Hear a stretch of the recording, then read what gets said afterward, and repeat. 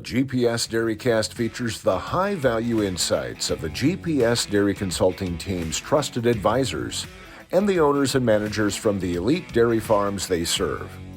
These conversations deliver on the GPS Dairy Consulting promise to inspire change and grow leaders.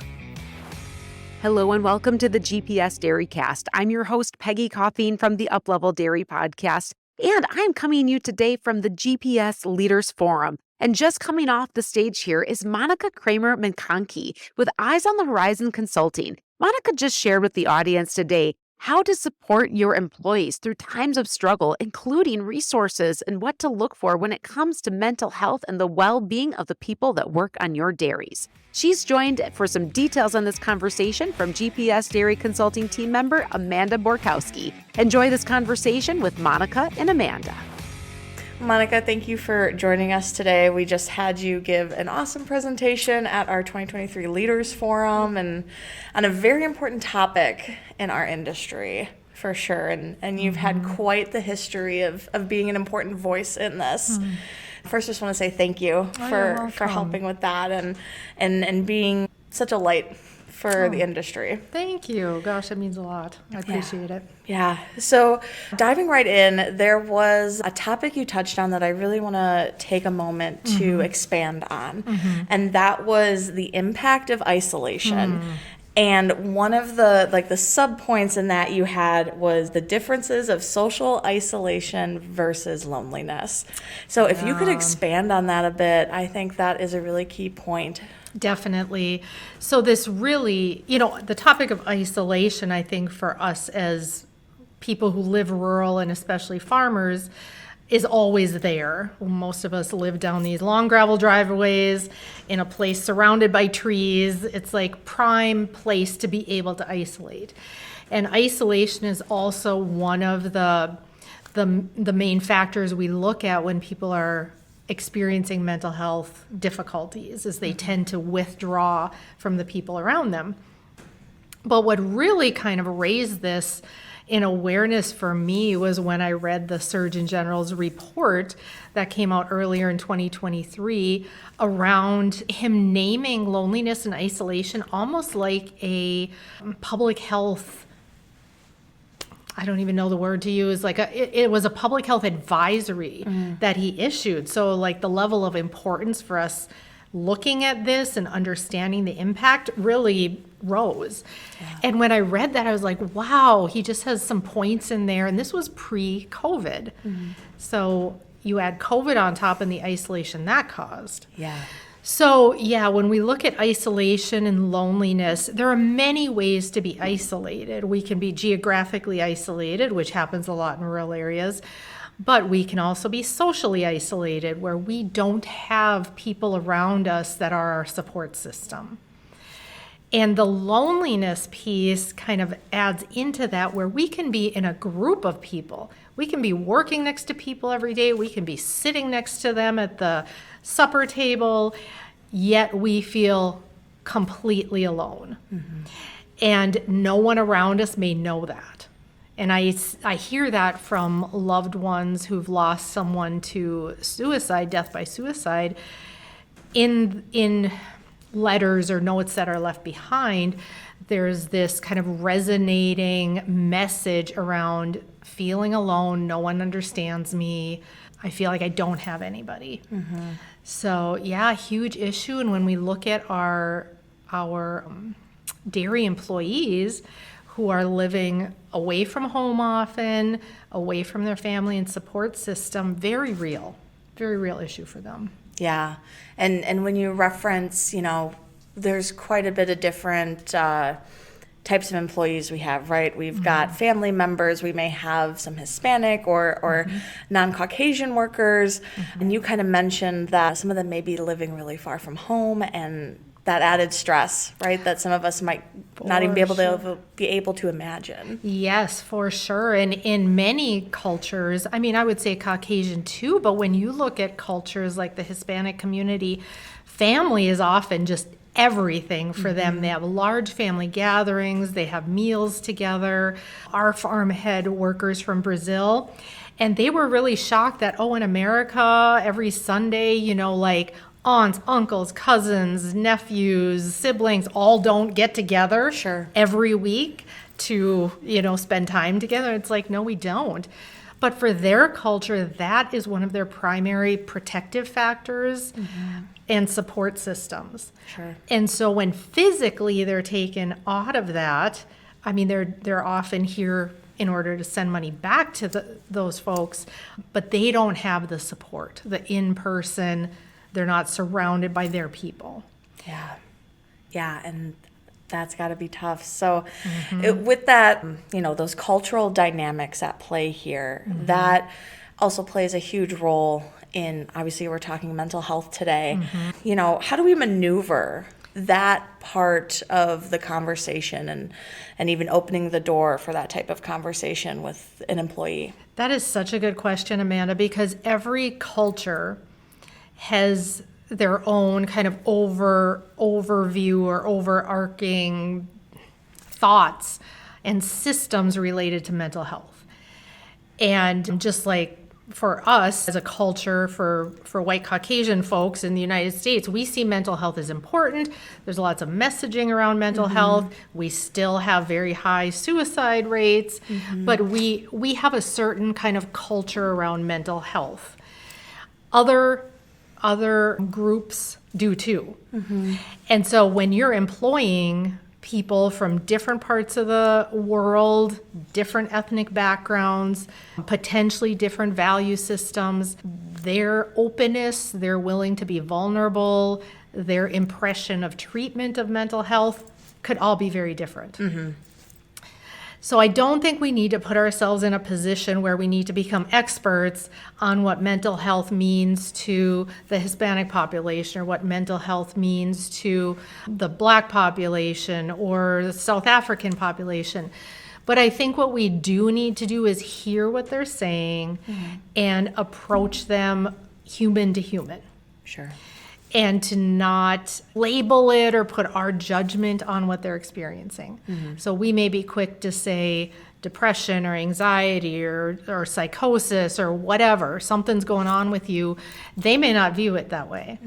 And so I think the best way to do that is just to approach the person as another human being out of care and respect and sharing with them what we're seeing that's causing us concern for them. Yeah. And then really being open about what can we do to help and support you? What do you need? They may not know what they need. So we may have to throw out some ideas, and resources. Yeah. And I think a key part of that too is also being authentic in those asks and in those conversations and not just checking a box of this is part of my employee management SOP, but actually asking and truly listening. Absolutely. Such a good point. So beyond kind of those couple you just touched on, do you have any other strategies for support, both with our diverse employees and just individuals in general? It could be our family, anything like that. Yeah, it really does. It could be for anybody we're interacting with. Yeah. And when I do suicide prevention trainings, I say that this could be somebody you're running into or observing at a gas station when you stop to, we as humans have wisdom inherent to us that allows us to pick things up in other humans. And it allows us to sense when other people are struggling. And I think that's a gift. And we need to be alert to that, right? We need to be in tune to something's happening with this person, I need to check in. So as far as like strategies or what can we do, the checking in and the relationship piece is the biggest. And of course, it all depends on what the situation is, how much of a relationship you're going to have with that person. But when you can know somebody, you can then know their basic level of functioning, what their personality's like, what their moods are like, what their hygiene is like. And so if there's shifts in that, you can pick them up and then know, okay, this is different than this person usually is. And I'm going to check in with them because I'm concerned. Yeah. So just that relationship piece and knowing your people, really important. Other things that can be done is I think it's very important to provide resources in the language of the people that are in their primary language. So if their primary language is not English, what is it? And how do we get printed materials or resources or whatever it may be in their language? So we're honoring where they're at. Yeah. And there's other things, social times, bringing people together is very important for that protective factor, allowing them the means to be able to communicate with their folks at home. So like adequate broadband and the ability to log into that and use it when they need to. Yeah. So just even simple, very basic strategies like that can support the mental health of our employees. GPS Dairy Consulting goes beyond nutrition by offering tools and resources, broad multidisciplined experience, and a collaborative philosophy across a range of consulting services that will make your business more successful. How will GPS consultants do that? By collaborating with you and your team to solve challenges and create successes while achieving sustainable and profitable results. By fostering personal growth and leadership development, and by inspiring continuous change and improvement in your people, systems, and results. GPS Dairy Consulting LLC will go beyond nutrition to help you achieve your most challenging goals. Learn more and connect with a GPS consultant at gpsdairy.com. So Monica, you just talked about, these check-ins, and earlier we talked about not just checking the box and having these conversations. What is the difference between the two and with your relationship with an employee? That's a really good question. And I think the basic difference, the kind of the bottom line difference, is your intention when you're heading into that conversation. So if your intention is, this is just to check the box, I'm going down my list of whatever training, protocols, or what have you, my intention is to get that box checked off. My intention is not really to hear what that person is truly saying. And we're so good at that because we'll say, oh, Amanda, how are you doing? And your answer is typically, I'm fine. I'm good. I'm good. I'm doing okay. And then we move right on. Yeah. We don't sit with that and explore that more. When we're checking in, that is more where we're sitting with that. We're like truly present. We're wanting to know, we're making a connection human to human. Maybe we've sensed something is off, or maybe other employees are talking and they're concerned, or they've picked something up about somebody else. And so we are really being focused in being present with our person. That's the checking in piece. And one way to do that is just simply active listening. And active listening is not listening while you're formulating your response or thinking about the next thing you got to do, or paying attention to your phone buzzing, or thinking about what you're going to have for lunch or whatever. Active listening is listening to the other person with the intent that you're going to hear and understand them. And so you are tuned in, you're hearing it, and one of the best ways to do that is you're hearing them. And when they're done, you're going to summarize back to them what they've said. Then they know you've heard them, you've heard it correctly, and you've been present. So I guess that's how I would differentiate kind of the check in the box, going through the protocol, yep, versus like, I am really, truly present and checking in with you right now. Now, do you have any advice? Let's say a company or a farm, maybe that's not the protocol right now for them, but that is, they want to build that space. They are actively working towards that.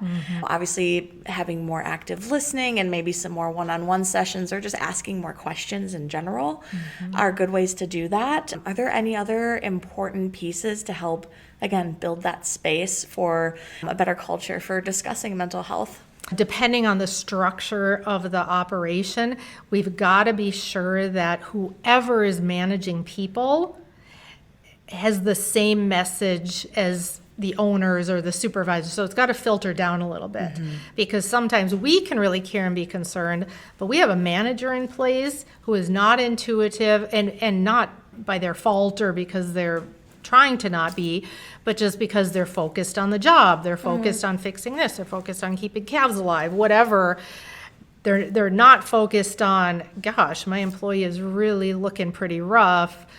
I wonder what's going on. Or they've missed like 3 days of work right now. They seem to be kind of chronically ill. What's happening? So I think one aspect of this is we have to be sure that our leadership staff is trained and has some skills in being present with people and checking in versus checking the box. So that's built. I mean, that doesn't happen overnight. And it's hard to train a person who doesn't have some of those skills. It's hard to train them to have them, but it's not impossible. So spending time with your leadership team, like, we value this. This is the training we want you guys to have to better understand how to spot warning signs, whatever. That's a piece of it. So you're kind of setting up your whole business to value mental health and wellness. Other things you can do is to have a lot of businesses, including ag, have people come in to do different little trainings. You can have somebody come in and do a little training on how do you manage stress? How do you cope with worry, anxiety? What happens in the winter time when you start to feel less motivated and a little bit depressed? There's a thing, it's called seasonal affective disorder, and people are coming from warm climates to upper Midwest climates. That's a change. And their health and mental health can really be impacted. So just the awareness, spreading the word, having the conversations are all really important. So let's say we're building this space, we're having more discussions with our employees and asking questions, or maybe we're noticing, like you had said earlier, some changes in physical appearance or activity, chronic illness. What other warning signs should we be looking for that's like, maybe something's going on? We hit on a few of them, but it can be things like if you're seeing an increase or change in their typical substance use. So let's be real, alcohol is consumed in ag operations. However, if you notice a change in alcohol consumption, they're drinking more, they're drinking something different, they're drinking in isolation or drug use, that's a warning sign. If there are any statements that really are around hopelessness, things like, my family would be better off without me, or life is never going to get better, I'm never going to feel different. Just those, when you hear them, I think you'll know them based on your wisdom as a human. That's like, ooh, this person is really struggling. Some of the things I've heard from folks are just the comments like, if I died, no one would ever miss me. Like, it wouldn't even impact anybody's life. Red flag, right? That's a warning sign. Or my family would be better off with my insurance policy, or, something that just indicates there's a hopelessness inside of them. And they're verbalizing that, and so we need to be in tune to that. If their moods seem erratic or different than they normally would be, that's something that would be a warning sign, as well as outside circumstances. So if they've lost a significant relationship, they're away from their significant other, and that relationship ends, and here they are, and they're grieving that from afar. If there's a death of someone close to them, any kind of loss is an important, I would say, warning sign, because they're in a vulnerable position with that. Lots of things to be looking for and just paying attention to, both subtle and larger scale. I think that's all really good to know for us as employees, for us as owners, for us just as human beings, our friends, family. Last thing going with that, let's say we have some conversations, we see some things going on.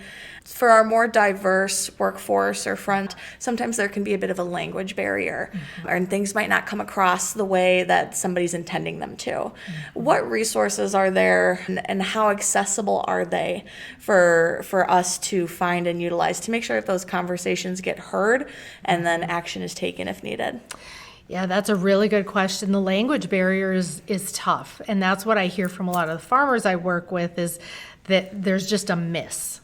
And so you can see something's off, you can see somebody is struggling, but for them to put words to it in not their first language and help you understand is tough.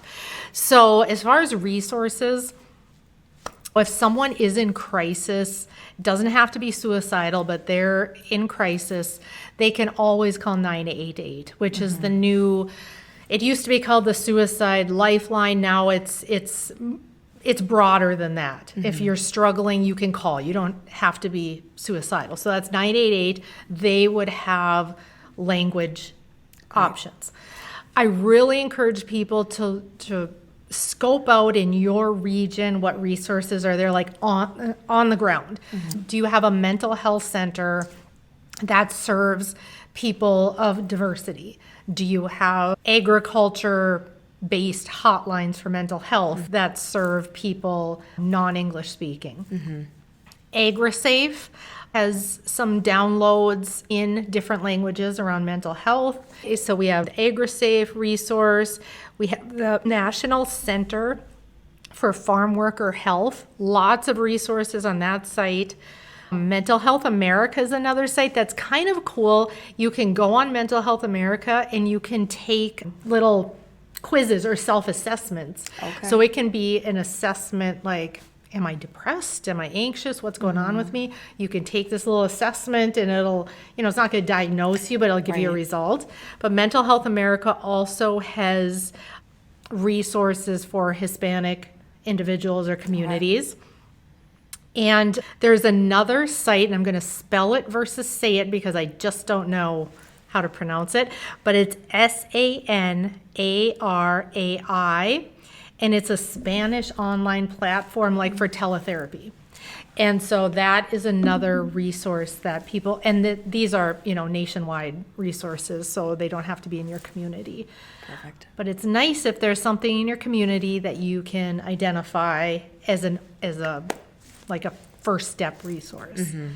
I also encourage people, if you feel like there's nothing else, usually individuals are comfortable going to see a primary care provider even before like a mental health person. So if the local clinic is all you've got to work with, start at the local clinic and go from there.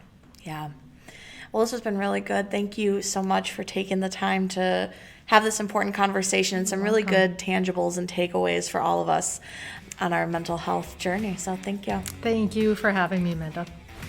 You just heard from Monica Kramer McConkey with Eyes on the Horizon Consulting, as well as GPS team member Amanda Borkowski from the 2023 GPS Leaders Forum. Thank you for jumping on with us for this GPS DairyCast. I'm your host, Peggy Coffeen, and thank you for listening. The GPS DairyCast features conversations that deliver on the GPS Dairy Consulting promise to inspire change and grow leaders. If this GPS DairyCast has you looking for more ways to become an elite dairy producer, find more information in our show notes on how you can add a GPS advisor to your team.